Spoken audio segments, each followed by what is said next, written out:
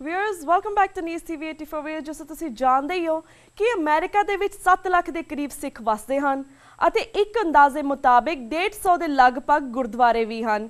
ਲਗਭਗ 14 ਸਾਲ ਪਹਿਲਾਂ ਹੋਂਦ ਵਿੱਚ ਆਈ ਅਮਰੀਕਨ ਗੁਰਦੁਆਰਾ ਪ੍ਰਬੰਧਕ ਕਮੇਟੀ ਨੇ ਪੰਥਕ ਮਸਲਿਆਂ ਨੂੰ ਨਜਿੱਠਣ ਵਿੱਚ ਭਰਪੂਰ ਯੋਗਦਾਨ ਪਾਇਆ ਹੈ। ਸੰਤ ਭਿੰਡਰਾਂਵਾਲਿਆਂ ਨੂੰ 20ਵੀਂ ਸਦੀ ਦਾ ਮਹਾਨ ਸਿੱਖ ਐਲਾਨਣਾ, ਮੂਲ ਨਾਨਕਸ਼ਾਹੀ ਕੈਲੰਡਰ 2003 ਤੇ ਪਹਿਰਾ ਦੇਣਾ, पाकिस्तान सिख गुरुद्वारा प्रबंधक कमेटी नाल मिल के उत्थों के गुरुद्वारियां दी सेवा संभाल अते 35 कांग्रेसमैनां दी हिमायत वाले अमेरिकन सिख काकस दा बनाना अमेरिकन गुरुद्वारा प्रबंधक कमेटी दे कुछ प्राप्तियां हन। आज असीं मिडवैस्ट की नुमाइंदगी करते अमेरिकन गुरुद्वारा प्रबंधक कमेटी के वाइस प्रेजिडेंट भाई गुरदेव सिंह कालामुजू नाल गलबात करांगे जो सानू हुण मिशिगन तो फोन लाइन ते जुड़ चुके ने। जी वीर जी, वाहिगुरू जी का खालसा वाहिगुरू जी की फतेह। हाँ जी भैन जी, वाहिगुरू जी का खालसा वाहिगुरू जी की फतेह जी। जी वीर जी, जिस तरह से जानते कि टीवी 84 ने 1 साल पूरा कर लिया है ਅਤੇ ਵਰਾ 2014 ਦਾ ਵੀ शुरुआत हुई है। इस संबंधी ਤੁਸੀਂ ਕੀ ਕਹਿਣਾ ਚਾਹੋਗੇ? सब तो पहला भैन जी मैं टीवी 84 ਦੇ ਸਮੂਹ ਟੀਮ ਨੂੰ ਬਹੁਤ-ਬਹੁਤ ਵਧਾਈ ਦੇਣਾ ਚਾਹੁੰਦਾ ਹਾਂ ਜੀ, ਜਿਨ੍ਹਾਂ ਨੇ ਆਪ ਦੀ ਅਣਥੱਕ ਮਿਹਨਤ ਦਾ ਸਦਕਾ 1 ਸਾਲ ਦੇ ਵਿੱਚ ਕਈ ਸਾਲਾਂ ਦਾ ਸਫ਼ਰ ਇਹਨਾਂ ਨੇ 1 ਸਾਲ ਦੇ ਵਿੱਚ ਕਰ ਲਿਆ ਹੈ। तो गुरु के चरणों से बेनती है कि आप सब महाराज तीव्र बुद्धि बख्शन ते इसे तरह हौसले बुलंद रखन ते आप की सेवा करते रहो। तो टीवी 84 जो इस वेले पंथ की सेवा कर रहा है ये बेमिसाल है। सो ये समय की जरूरत सी। सो नवे साल दियां भी आप सब बधाइयां ते समूह दर्शकों नूं ते गुरु आप जी ने सब ने चढ़ती कला बख्शे नवे साल। जी शुक्रिया वीर जी। तो वीर जी हम असीं ये जानना चाहेंगे जिस तरह अमेरिकन गुरुद्वारा प्रबंधक कमेटी ने मूल नानकशाही कैलेंडर 2003 ते ਪਹਿਰਾ ਦਿੰਦਿਆਂ 10वें पातशाह ਦਾ ਪ੍ਰਕਾਸ਼ ਪੁਰਬ 5 जनवरी ਨੂੰ ਮਨਾਇਆ।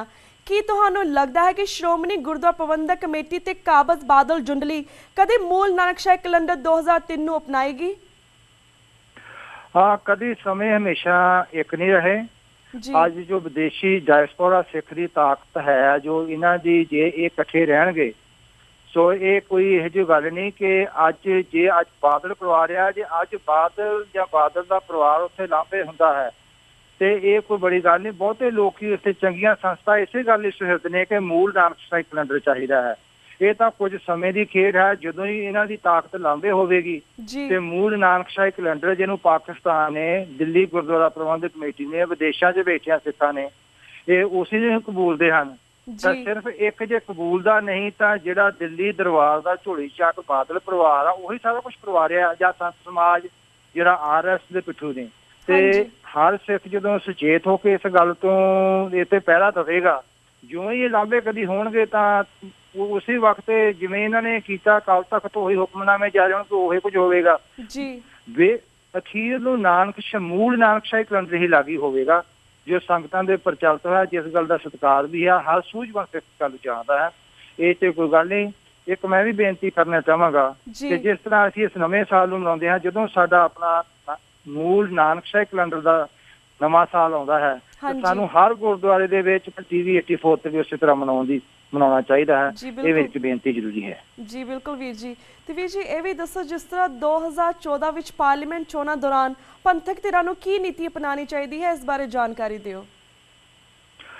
ਇਸ ਵੇਲੇ ਹੈ ਕਿ ਸਾਨੂੰ ਨਾ ਇੱਕ ਦੂਜੇ ਦੇ ਗੁਣਾ ਅਵਗੁਣਾ ਦਾ ਨਹੀਂ ਦੇਖਣਾ ਚਾਹੀਦਾ, ਗੁਣਾ ਨਾਲ ਦੇਖਣ ਦੀ ਲੋੜ ਹੈ ਜੀ। ਇਕੱਲੇ ਅਸੀਂ ਕੁਝ ਵੀ ਨਹੀਂ ਕਰਾਂਗੇ। ਉੱਥੇ ਜੇ ਇਕੱਠੇ ਹੋ ਕੇ ਇੱਕ ਅਸੀਂ ਪਲੇਟਫਾਰਮ ਬਣਾਵਾਂਗੇ ਤਾਂ ਅਸੀਂ ਚੁਣੌਤੀ ਦੇ ਸਕਦੇ ਹਾਂ। ਹਾਂਜੀ, ਜੇ ਅੱਜ ਜਿਸ ਤਰ੍ਹਾਂ ਭਾਈ ਗੁਰਬਖਸ਼ ਸਿੰਘ ਨੇ ਮੋਰਚਾ ਲਾਇਆ ਸੀਗਾ ਉਸ ਤਰ੍ਹਾਂ ਸਾਨੂੰ ਇਹ ਸਟਰੈਂਥ ਮਿਲੀ ਆ ਉਹਦੇ ਵਿੱਚੋਂ।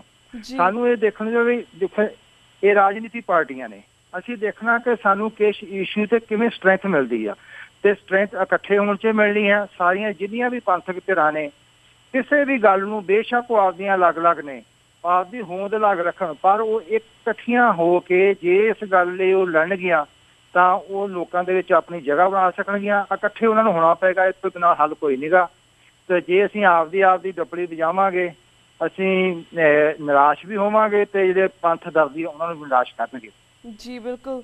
ਤੇ ਵੀਰ ਜੀ ਜਿਸ ਤਰ੍ਹਾਂ ਅਮਰੀਕਨ ਸਿੱਖਾਂ ਨੂੰ ਆਪਣੀ ਅਗਲੀ ਜਨਰੇਸ਼ਨ ਨੂੰ ਸਿੱਖੀ ਨਾਲ ਜੋੜੀ ਰੱਖਣ ਵਾਸਤੇ ਕੀ ਉਪਰਾਲੇ ਕਰਨੇ ਚਾਹੀਦੇ ਹਨ ਇਸ ਬਾਰੇ ਵੀ ਵੇਰਵੇ ਦੇ ਨਾਲ ਸਾਰੀ ਸਿੱਖ ਸੰਗਤਾਂ ਨੂੰ ਜਾਣਕਾਰੀ ਦਿਓ। देखो गुरुद्वारे साडे मेन केंद्र ने जिथों साडे को फाइनांस आर्थिक तौर ते भी ते विचार देने लिए भी साडे को बड़े वधिया गुरु महाराज सानू ये संस्था बख्शियां जी। सो इस वेले साडा चंगियां प्रबंधकां दा गुरुद्वारे दी कमेटियां ते होना बड़ा जरूरी है, जिहदे विच बच्चियां लई चंगे सिख इतिहास नाल रिलेटेड क्लासां होणीਆਂ ਚਾਹੀਦੀਆਂ ਹਨ। ਉਹਨਾਂ ਨੂੰ ਸਿੱਖੀ ਬਾਰੇ ਬੇਸ ਸਾਡਾ ਗੁਰੂ ਦੀ ਗੱਲ ਹੈ, ਗੁਰੂ ਹੈ। ਜਦੋਂ ਸਿੱਖ ਗੁਰੂ ਨਾਲ ਜੁੜ ਗਿਆ ਫਿਰ ਉਹ ਕੌਮ ਦੇ ਨਾਲ ਪੰਥ ਦੀ ਸੇਵਾ ਲਈ ਆਪਣੇ ਆਪ ਜੁੜ ਜਾਵੇਗਾ। ਹਾਂਜੀ। ਸੋ ਹਰ ਗੁਰਦੁਆਰਾ ਕਮੇਟੀ ਜਿਹੜੀ ਆ ਉਹ ਸੁਹਿਰਦ ਹੋ ਕੇ ਇਸ ਪ੍ਰੋਗਰਾਮ ਲਿਖੇ ਕਿ ਅਸੀਂ ਆਪਣੇ ਬੱਚਿਆਂ ਨੂੰ ਸਿੱਖੀ ਨਾਲ ਕਿਵੇਂ ਜੋੜਨਾ ਆ, ਅਸੀਂ ਉਹਨਾਂ ਨੂੰ ਆਪਦੀ ਇਤਿਹਾਸ ਨਾਲ ਕਿਵੇਂ ਜੋੜਨਾ। ਵਰਤਮਾਨ ਜਾਂ ਪਿਛਾਕੜੀ ਦਾ ਪੁਰਾਣਾ ਇਤਿਹਾਸ ਤਾਂ ਅਸੀਂ ਬਹੁਤ ਸੁਣਾਉਂਦੇ ਹਾਂ, ਜਿਹੜਾ 80 ਤੋਂ ਲੈ ਕੇ 84 ਤੋਂ ਬਾਅਦ ਗਾਂਹ ਹੋਇਆ ਉਹ ਦੱਸਣ ਤੋਂ ਅਸੀਂ ਗੁਰਦੁਆਰੇ ਬੜਾ ਕੰਨ ਕਤਰਾਉਂਦੇ ਹਾਂ। ਸੋ ਇਸ ਕਰਕੇ ਸਾਨੂੰ ਸਾਰਾ ਕੁਝ ਜਿਹੜਾ ਆਪਦੇ ਬੱਚਿਆਂ ਨੂੰ ਕੈਂਪ ਲਾਉਣੇ ਚਾਹੀਦੇ ਹਨ, ਗੁਰੂ ਘਰ 'ਚ ਕੰਟੀਨਿਊ ਕਲਾਸਾਂ ਚਾਹੀਦੀਆਂ ਹਨ, ਚੰਗੇ ਸਾਨੂੰ ਰਾਗੀ ਤੇ ਪ੍ਰਚਾਰਕ ਰੱਖਣੇ ਚਾਹੀਦੇ ਹਨ। ਈਵਨ ਕਿ ਜਿਹੜੀ ਨਵੀਂ ਜਨਰੇਸ਼ਨ ਆ ਸਾਡੀ ਇੱਥੇ ਦੀ, ਸਾਨੂੰ ਉਹਦੇ ਨਾਲ ਜੋੜ ਕੇ ਉਹ ਜਿਹੜੀ ਇੱਥੋਂ ਦੀ ਜਨਰੇਸ਼ਨ ਆ ਉਹ ਗੁਰਦੁਆਰਿਆਂ 'ਚ ਕਿਵੇਂ ਇਨਵੋਲਵ ਕੀਤਾ ਜਾਵੇ ਉਹਨਾਂ ਨੂੰ, ਕਿ ਜਿਹੜੇ ਛੋਟੀ ਜਨਰੇਸ਼ਨ ਨੂੰ ਕਿਵੇਂ ਉਹ ਹੈਂਡਲ ਕਰ ਸਕਣ। ਤੇ ਇਸ ਕਰਕੇ ਸਾਡਾ ਗੁਰਦੁਆਰਿਆਂ ਦਾ ਅਹਿਮ ਰੋਲ ਅਦਾ ਹੋ ਸਕਦਾ ਹੈ। ਜਿੱਥੇ ਵੀ ਕੋਈ ਸਿੱਖ ਬੈਠਾ ਆ ਉਹ ਆਪ ਦਾ ਪੂਰਾ ਯੋਗਦਾਨ ਪਾਵੇ, ਕੌਮੀ ਪੱਖ ਤੋਂ ਵੀ ਤੇ ਧਾਰਮਿਕ ਪੱਖ ਤੋਂ ਵੀ। ਅਸੀਂ ਆਪਦੀ ਜਨਰੇਸ਼ਨ ਕਿਵੇਂ ਸਾਂਭਣੀ ਆ, ਤੇ ਇਹ ਕੋਈ ਏਡੀ ਵੱਡੀ ਗੱਲ ਨਹੀਂ ਹੈ, ਇਹ ਕੰਮ ਹੋ ਨਹੀਂ ਸਕਦਾ। ਗੁਰੂ ਦੀ ਕਲਾ ਵਰਤੇਗੀ, ਅਵਸ਼ ਵਰਤੇਗੀ। ਜੀ ਬਿਲਕੁਲ। ਤੇ ਵੀਰ ਜੀ, ਜਿਸ ਤਰ੍ਹਾਂ ਤਖਤ ਸ੍ਰੀ ਪਟਨਾ ਸਾਹਿਬ ਦੇ ਪਵਿੱਤਰ ਸਥਾਨ ਤੇ 10ਵੇਂ ਪਾਤਸ਼ਾਹ ਦੇ ਪ੍ਰਕਾਸ਼ ਪੁਰਬ ਮੌਕੇ ਨਵੇਂ ਜਥੇਦਾਰ ਦੀ ਨਿਯੁਕਤੀ ਕਰਨ ਵੇਲੇ ਕਿਰਪਾਨਾਂ ਚੱਲੀਆਂ, ਜਿਸ ਨੂੰ ਲੱਖਾਂ ਲੋਕਾਂ ਨੇ ਟੈਲੀਵਿਜ਼ਨ ਤੇ ਦੇਖਿਆ ਤੇ ਕਾਫੀ ਮੀਡੀਆ ਨੇ ਵੀ ਉਛਾਲਿਆ, ਇਸ ਸਭ ਬਾਰੇ ਤੁਸੀਂ ਕੀ ਕਹਿਣਾ ਚਾਹੋਗੇ? ਦੇਖੋ ਉਹ ਜੋ ਕੁਛ ਵੀ ਇਸ ਤਰ੍ਹਾਂ ਹੁੰਦਾ ਨਾ, ਇਹ ਸਾਡਾ ਤਾਂ ਸਾਨੂੰ ਦੇਖ ਕੇ ਇਹਨਾਂ ਨੇ ਪਿਕਚਰ ਸਾਡੀ ਜਦੋਂ ਇਹੋ ਜਿਹੀ ਪੱਗ ਕੋਈ ਛਾਲੀ ਜਾਂਦੀ ਆ ਉਹ ਸਾਨੂੰ ਮੀਡੀਆ ਤੇ ਇੰਟਰਨੈਸ਼ਨਲ ਲੈਵਲ ਦਿਖਾਉਂਦੇ ਨੇ। ਭਾਈ ਗੁਰਬਖਸ਼ ਸਿੰਘ ਦੀ ਗੱਲ ਆਈ ਤੇ ਇਹਨਾਂ ਨੇ ਕਈ ਇਹਨਾਂ ਨੇ ਇਸ ਨੂੰ ਅੱਗੇ ਨਹੀਂ ਲੈ ਕੇ ਆਂਦਾ ਜੀ। ਸੋ ਇਹ ਆ ਵੀ ਉੱਥੇ ਜੋ ਕੁਛ ਵੀ ਕੀਤਾ ਜਾ ਰਿਹਾ, ਕਰਵਾਇਆ ਜਾ, ਨਾ ਤਾਂ ਪਟਨਾ ਸਾਹਿਬ ਤੇ ਸਿੱਖਾਂ ਦਾ ਕੰਟਰੋਲ ਆ, RS ਦਾ ਕੰਟਰੋਲ ਹੈਗਾ ਆ ਉੱਥੇ ਜੀ। ਸੋ ਉਹਨਾਂ ਦਾ ਹੀ ਉਹਨਾਂ ਚ ਕਿਹੜੇ ਨੇ ਕਾਬਜ ਹੋਣਾ, ਕੀ ਕਰਨਾ ਹੈ, ਉਹਨਾਂ ਦਾ ਹੀ ਰੌਲਾ ਆ। ਤੇ ਸਿੱਖਾਂ ਨੂੰ ਬਦਨਾਮੀ ਸਿੱਖਾਂ ਦੇ ਗਲ 'ਚ ਪਾਈ ਜਾਂਦੀ ਆ।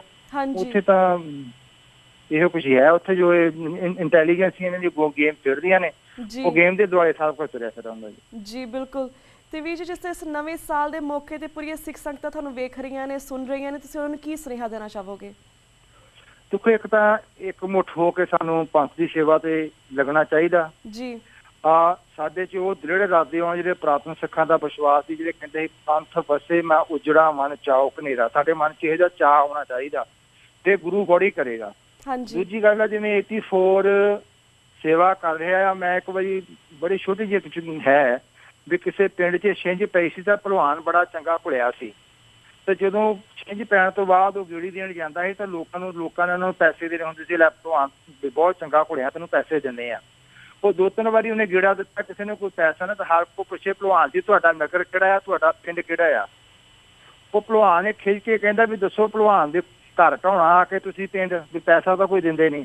ਭਾਈ ਟੀਵੀ, ਮੈਂ ਦਰਸ਼ਕਾਂ ਨੂੰ ਵੀ ਇਹ ਗੱਲ ਕਹਿਣੀ ਚਾਹਾਂਗਾ ਕਿ ਟੀਵੀ 84 ਬਹੁਤ ਸੋਹਣਾ ਕੰਮ ਕਰ ਰਿਹਾ। ਕੋਈ ਵੀ ਕੰਮ ਜਿਹੜਾ ਮਾਇਆ ਤੋਂ ਬਿਨਾਂ ਨਹੀਂ ਚੱਲਦਾ, ਤੇ ਜਿੱਥੇ ਦਰਸ਼ਕ ਪ੍ਰਸ਼ੰਸਾ ਕਰਦੇ ਆ, ਭਾਈ ਸਾਨੂੰ ਹਰ ਇੱਕ ਬੰਦੇ ਨੂੰ ਤਾਲਮੇਲ ਕਰਕੇ, ਕਾਲ ਕਰਕੇ ਪਤਾ ਕਰਨਾ ਚਾਹੀਦਾ ਵੀ ਭਾਈ ਆਪ ਸੇਵਾ ਕਿਵੇਂ ਨਿਭਾ ਸਕਦੇ ਆ।